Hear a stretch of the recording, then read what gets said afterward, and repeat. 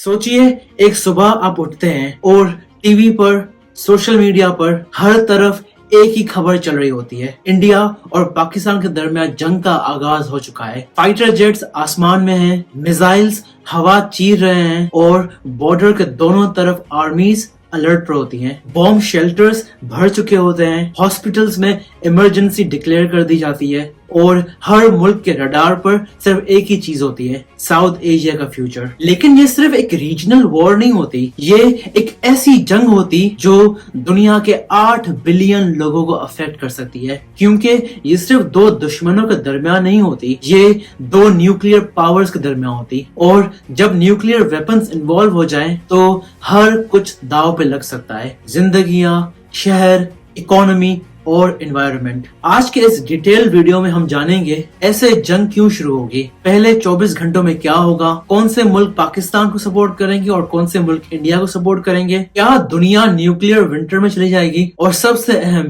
क्या ये जंग दुनिया के खत्म होने का सबब बन सकती है। चलिए शुरू करते हैं और ऐसे वीडियोस हम आपके लिए हर हफ्ते लेकर आते हैं, तो मेरे चैनल को सब्सक्राइब करिए और चलिए चलते इस टॉपिक पर। इंडिया और पाकिस्तान के दरमियान टेंशन्स काफी पुरानी है, लेकिन जंग हमेशा किसी भी चिंगारी से भड़क सकती है। पहला सिनेरियो एक बड़ा टेरर अटैक। सोचिए, मुंबई या दिल्ली में कोई बड़ा टेररिस्ट अटैक होता है, जैसे 26/11, और इंडिया ब्लेम करता है पाकिस्तानी बेस्ड ग्रुप जैश-ए मोहम्मद या फिर लश्कर तैयबा पर। इंडिया के अंदर गुस्सा फैल जाता है, मीडिया प्रेशर बिल्ड करता है और पब्लिक डिमांड करती है खून का बदला खून। उस प्रेशर में आके इंडिया सिर्फ सर्जिकल स्ट्राइक्स नहीं बल्कि फुल स्केल मिलिट्री एक्शन करता है। दूसरा सिनेरियो कश्मीर में मास प्रोटेस्ट। कश्मीर हमेशा से एक वॉलेटाइल इशू रहा है। अगर किसी इंडियन सोल्जर या फिर सिविलियन को टारगेट किया जाता है या कोई मास अपराइजिंग होती है जहां डजन्स ऑफ इंडियन फोर्सेस मरते हैं, तो इंडिया रिस्पॉन्स देता है और पाकिस्तान रिटेलिएट करता है। तीसरा सिनेरियो वाटर वॉर। इंडिया ने इंडस वाटर ट्रीटी के हवाले से पाकिस्तान को बार बार धमकी दी है कि वो पानी रोक सकता है। अगर इंडिया ने एक्चुअल एक्शन लिया और पाकिस्तान का एग्रीकल्चरल रीजन ड्राई हो गया, तो पाकिस्तान की इकोनॉमी और लोग खाने पीने को तरस जाएंगे, तब जंग इनएविटेबल बन जाती है। और चौथा सिनेरियो फॉल्स फ्लैग। कई दफा वॉर्स एक गलत इंफॉर्मेशन से भी शुरू होती है, जैसे एक फॉल्स फ्लैग ऑपरेशन जहां एक कंट्री अपनी टेरिटोरी पर अटैक करवा कर ब्लेम दूसरे कंट्री पर डालती है। ऐसे कोई फॉल्स फ्लैग इंडिया या पाकिस्तान में जंग छेड़ सकता है।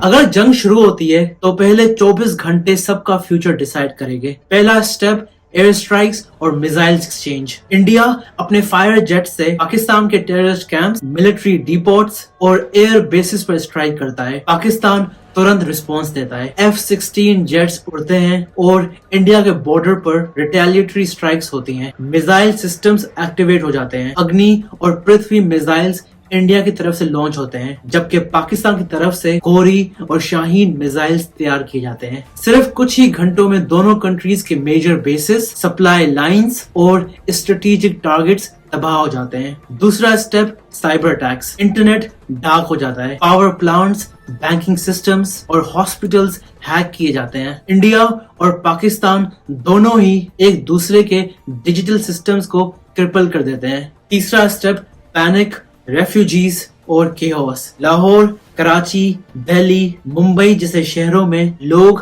पैनिक में आ जाते हैं। बैंक से पैसा निकलना शुरू हो जाता है, बॉर्डर्स सील कर दिए जाते हैं, लोग बंकर्स और मस्जिदों में पनाह लेते हैं, हाईवेज जैम हो जाते हैं। रेफ्यूजीज इंडिया के अंदर असम से नेपाल और पाकिस्तान के अंदर सिंध से ईरान तक निकल जाते हैं। इस वक्त कोई नहीं जानता कि ये जंग कितनी लंबी चलेगी, लेकिन सबको एक डर जरूर होता है, न्यूक्स का। जब दो कंट्रीज जंग में जाती हैं, दुनिया के पावरफुल मुल्क उनके पीछे खड़े होते हैं। इंडिया और पाकिस्तान के केस में ये और भी कॉम्प्लिकेटेड है। सबसे पहले चाइना, जो पाकिस्तान का आयरन ब्रदर है। चाइना पाकिस्तान का हर दफा स्ट्रेटेजिक पार्टनर रहा है। सीपैक और मिलिट्री टाइज की वजह से चाइना पाकिस्तान को फुल डिप्लोमेटिक और शायद लॉजिस्टिक सपोर्ट भी देता है, लेकिन चाइना चाहता है कि साउथ एशिया अनस्टेबल ना हो, क्योंकि उनका ट्रेड भी डिपेंड करता है रीजन की स्टेबिलिटी पर। अगर इंडिया जीतने लगे तो चाइना लद्दाख से प्रेशर बना सकते हैं ताकि इंडिया मल्टी फ्रंट वॉर में फंस जाए। दूसरा, अमेरिका डुअल स्ट्रैटेजी। अमेरिका काफी कंफ्यूजिंग रोल प्ले करेगा। वो इंडिया का दोस्त है, स्पेशली इकोनॉमिक और मिलिट्री पार्टनरशिप में, लेकिन वो पाकिस्तान को अफगानिस्तान और चाइना के हवाले से जरूरी समझता है। पॉसिबिलिटी ये है कि अमेरिका दोनों मुल्कों को बैकडोर डिप्लोमेसी के जरिए रोकने की कोशिश करे, लेकिन अगर पाकिस्तान पर टेररिज्म का ब्लेम होता है तो अमेरिका ज्यादा खुला सपोर्ट इंडिया को भी दे सकता है। तीसरा, रशिया, इंडिया का ट्रेडिशनल दोस्त। रशिया हिस्टोरिकली इंडिया का अलाय रहा है। आर्म्स और डिफेंस डील्स के जरिए उनका डीप कनेक्शन है। अगर वॉर फुल स्केल होती है तो रशिया इंडिया को मिलिट्री इंटेलिजेंस और वेपन सप्लाई में हेल्प करेगा। चौथा, टर्की, जो है पाकिस्तान का भाई। टर्की ओपनली पाकिस्तान को सपोर्ट करेगा। अर्दगन ऑलरेडी हर फोरम पर पाकिस्तान के फेवर में बोलता है, खास करके कश्मीर पर। टर्की से ह्यूमैनिटेरियन एड और पॉलिटिकल प्रेशर एक्सपेक्ट किया जा सकता है। पांचवा, सऊदी अरेबिया एंड यूएई, जो होंगे दो चेहरे वाले प्लेयर्स। ये दोनों मुल्क पाकिस्तान के इकोनॉमिक डोनर्स हैं, लेकिन आजकल उनका इंडिया के साथ ट्रेड और इन्वेस्टमेंट काफी स्ट्रॉन्ग है। ये मुल्क न्यूट्रल रहना पसंद करेंगे, लेकिन सीक्रेटली पाकिस्तान को ऑयल या फिर फंड्स प्रोवाइड करेंगे। और आखिरी, ईरान, कॉम्प्लिकेटेड न्यूट्रलिटी। ईरान का रिलेशन पाकिस्तान से कॉम्प्लेक्स है। अफगानिस्तान की वजह से वो पाकिस्तान से कोशिश है। अगर कॉन्फ्लिक्ट लॉन्ग टर्म होता है तो ईरान भी रेफ्यूजी क्राइसिस या फिर रीजनल इंस्टेबिलिटी से अफेक्ट होगा। दोनों मुल्कों के पास न्यूक्लियर वेपन्स हैं। इंडिया के पास लगभग 150 और पाकिस्तान के पास भी 160 के करीब। रेडिएशन से हॉस्पिटल्स भर जाएंगे। दूसरी सिटीज जैसे रावलपिंडी, हैदराबाद, अहमदाबाद और पुणे भी टारगेट्स बनेंगे। जंग सिर्फ दोनों मुल्कों तक महदूद नहीं रहेगी। फायर स्टॉर्म्स की वजह से कार्बन सूट एटमॉस्फेयर में जाएगा, जिसे न्यूक्लियर विंटर कहा जाता है। ये दुनिया का क्लाइमेट बदल देगा। सूरज की रोशनी कम हो जाएगी। ग्लोबल टेम्परेचर 2 डिग्रीज तक गिर जाएगा। क्रॉप्स फेल हो जाएंगी। एशिया, अफ्रीका और इवन अमेरिका में हंगरनेस शुरू हो जाएगी। 100 से ज्यादा अगर न्यूक्लियर बॉम्ब्स फटे तो 2 बिलियन लोग दुनिया भर में भूख से मर सकते हैं। हजारों लोग कैंसर, बर्न्स और डिफॉर्मिटी से मरेंगे। जमीन 50 साल तक बंजर हो जाएगी। जेनरेशंस तक बच्चे डिफेक्ट से पैदा होंगे। यानी अगर न्यूक्लियर वॉर होता है तो दोनों मुल्क जीतने के बजाय तबाह हो जाएंगे।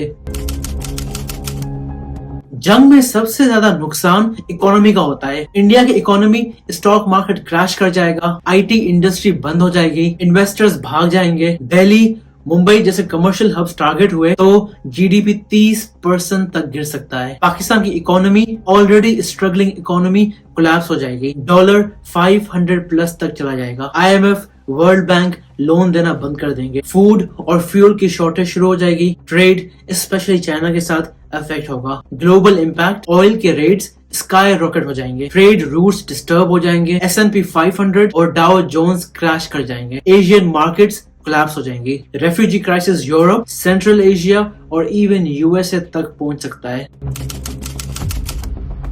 जब जंग होती है तो असली जंग बैटलफील्ड्स के साथ सोशल मीडिया पर भी होती है। इंडिया और पाकिस्तान दोनों अपनी विक्ट्रीज दिखाएंगे। Fake news, edited videos, memes और वायरल पोस्ट हर तरफ छाई होंगी। ट्विटर, यूट्यूब, फेसबुक पर लोग डिवाइड हो जाएंगे। Diaspora communities, UK, USA, Canada में राइट्स हो सकते हैं। मीडिया वॉर इतनी इंटेंस होगी कि सच और झूठ का फर्क मुश्किल हो जाएगा। हर कंट्री अपना नैरेटिव बिल्ड करेगा। पब्लिक ओपिनियन वॉर का एक बड़ा वेपन बनेगा। जंग के बाद यूनाइटेड नेशन सिक्योरिटी काउंसिल का इमरजेंसी सेशन होता है। सीज फायर के लिए प्रेशर डाला जाता है। दोनों कंट्रीज पर सैंक्शंस लगते हैं। चाइना और रशिया वीटो करते हैं। यूएस सपोर्ट देता है। यूरोप मीडिएशन ऑफर करता है। कश्मीर का इश्यू दोबारा से दुनिया के रडार पे आ जाता है। ह्यूमैनिटेरियन रिलीफ भेजा जाता है। Food, medicine, refugee shelters. अगर न्यूक्लियर वेपन्स यूज हुए तो UN nuclear disarmament resolution pass करता है, लेकिन तब तक लाखों लोग मर चुके होते हैं।